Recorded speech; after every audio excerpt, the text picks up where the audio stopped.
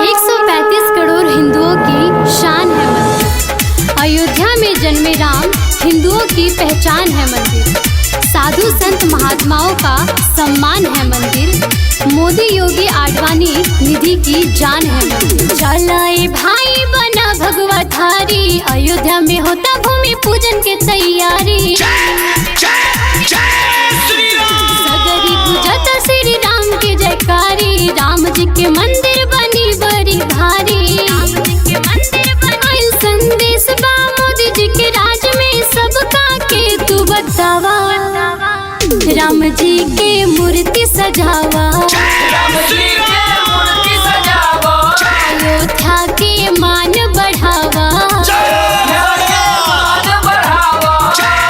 जय श्री राम का नारा लगाकर हम दुनिया में छा गए। जय श्री राम का नारा लगाकर हम दुनिया में छा गए। हमें दुश्मनों ने छुपकर बोला वो देख, श्री राम के भक्त आ गए। कितना बारी जांग भाईल दुश्मन के सांग भाईल, राम मंदिर बने खातिर बड़ी वीर दांग भाईल।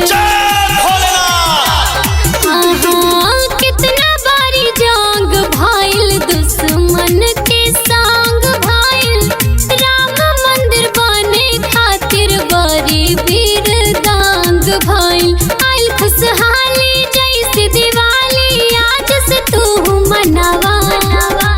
राम जी के मूर्ति सजावा,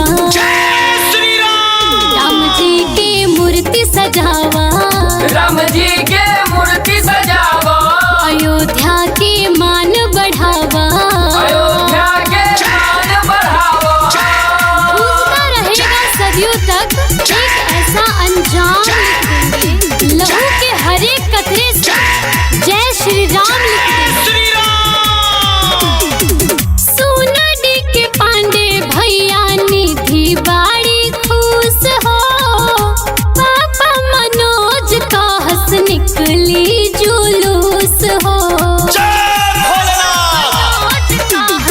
सोना डी के पांडे भैया निधि बाड़ी खुश हो, पापा मनोज का हंस निकली जुलूस हो। सेंटू सागर राहुल करी जल भारी, भोला भैया से बतावा।